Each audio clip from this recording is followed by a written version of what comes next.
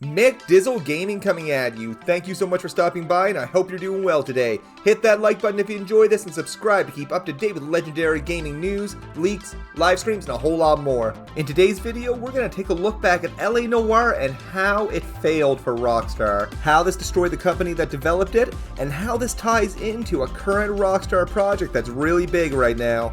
It's a pretty wild story, so I hope you enjoy. Let me know in the comments below. Now, I've been playing through it and I've been having a blast. Don't get me wrong, it's a super fun game. To put it in perspective of sales success, LA Noire sold about 7.5 million copies.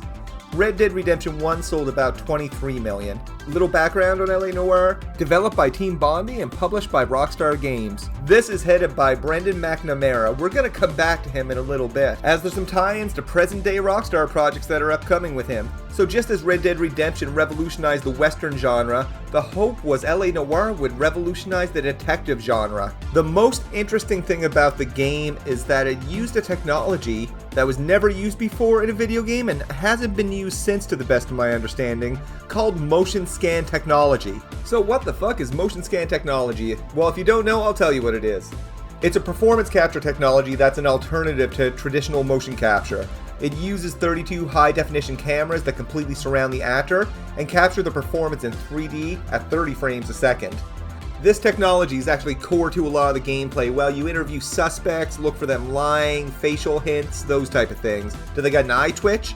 There was such a huge amount of focus and development on making Los Angeles as realistic as possible, with over 140 production bibles during development. These acted as style guides with information around floor plans, dressing, signs, graphics, lightings, reference material. So much time was put into making this amazing open world of LA look really good. Except you can't really do much in it outside of play the missions and an occasional stranger-like mission, like where there might be a robbery in progress or something. And there's a sad reason that there's nothing to do in this open world, but we're going to talk about that in a few. The game was released to great critical response. It was the first game to debut at the Tribeca Film Festival as well. Shortly after the game releases, a group of former Team Bondi employees launch a website, being upset that they're not included on any of the credits, and then a number of emails start to leak that aren't great for Team Bondi. Specifically, doesn't look great for Brandon McNamara, and the mind-blowing thing is, he pretty much works for Rockstar now, and we'll talk about that. Dude is shady. Here's an example of one of the emails that was sent in 2009 in August, that he says, we're going to extend the working hours by 2 extra hours. Too bad. Also, you're going to have to work Saturdays and Sundays. But don't worry, you're going to get paid at the end of the program or an extended holiday period. This is an example of crunch. Let's call crunch what it is: poor management.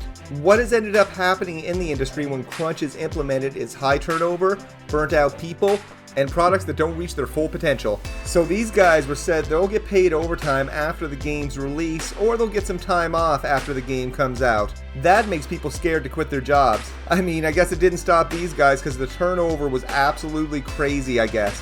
One example shared was that they could not keep any animators, and that's why the open world is so damn empty. Also, it became clear that Rockstar was not enjoying the working relationship with Team Bondi as well. They definitely put all their faith in an idea guy and not a design guy.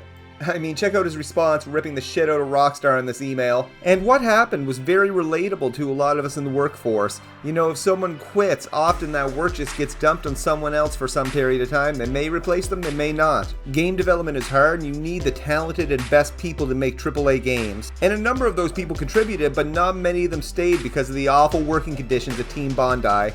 And Brandon McNamara owns that. I'm not going to go through everything in these emails and documents, but I've left a link in the description below. The source that leaked these emails indicated that it would be very unlikely for Rockstar Games and Team Bondi to have a relationship, because it was so badly damaged, because Team Bondi was very difficult to work with, and I'm sure Rockstar is not a cup of tea to work with either, but they did have high quality standards then.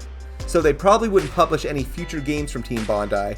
According to an ex-employee, Brandon and the management team made insane decisions that were eventually overruled by Rockstar, and that they've heard a lot about Rockstar's disdain for Team Bondi, and they've made it very clear that they will not publish a Team Bondi game ever again. LA Noire was released in May of 2011. This scandal hurt Team Bondi so much they were unable to find a publisher for any other games. For whatever reason, KMM Media bought Team Bondi's assets as well as an intellectual property for a game that McNamara was working on the script for. Team Bondi was liquidated at the end of August with outstanding staff payments of over $1 million. Now, McNamara's intellectual property that was purchased was called Whore of the Orient. Here's some footage if you want to see it. In April 2013, KMM Interactive Entertainment was shut down. But in June of 2013, the Australian government gave the game $200,000 in a move that many called illogical because the game had no development news whatsoever, and the company that was making it wasn't even around anymore. The most recent news on the spiritual successor to LA Noire is from June of 2014, and this is indicating that it's been cancelled. So I think it's clear that LA Noire didn't revolutionize the game genre or the detective game genre the way it should have. So not only was LA Noire only a modest success, it also destroyed the company that developed it. So where's Brandon McNamara now?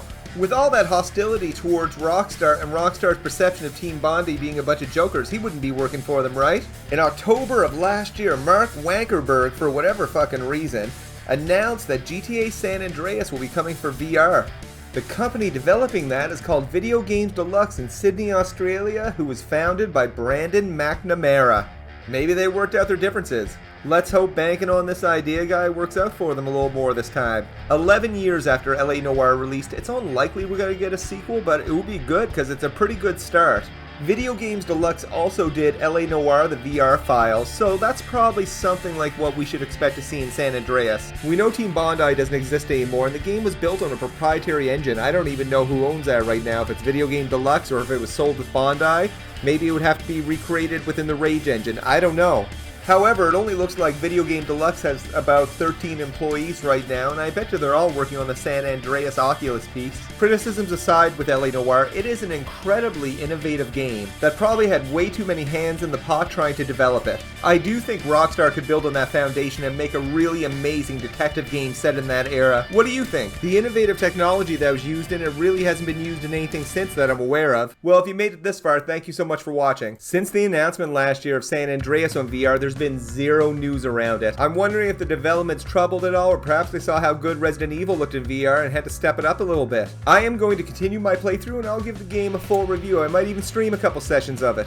A way one could describe it is open world, but it is not a sandbox open world environment that we are so used to now. LA Noire is not Grand Theft Cop circa 1940s. It is a slow burn, but it is a good slow burn. It just could have been a whole lot more, and hopefully the franchise isn't dead and will continue to have a little life in it with the right leadership and the right management that, you know, doesn't destroy a company.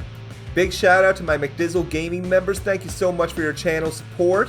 You can become a McDizzle Gaming member for as low as 99 cents a month. Get yourself some cool custom emojis and some other perks. There should be a little join button somewhere. Thank you so much for watching, and we'll see you in the next video or live stream.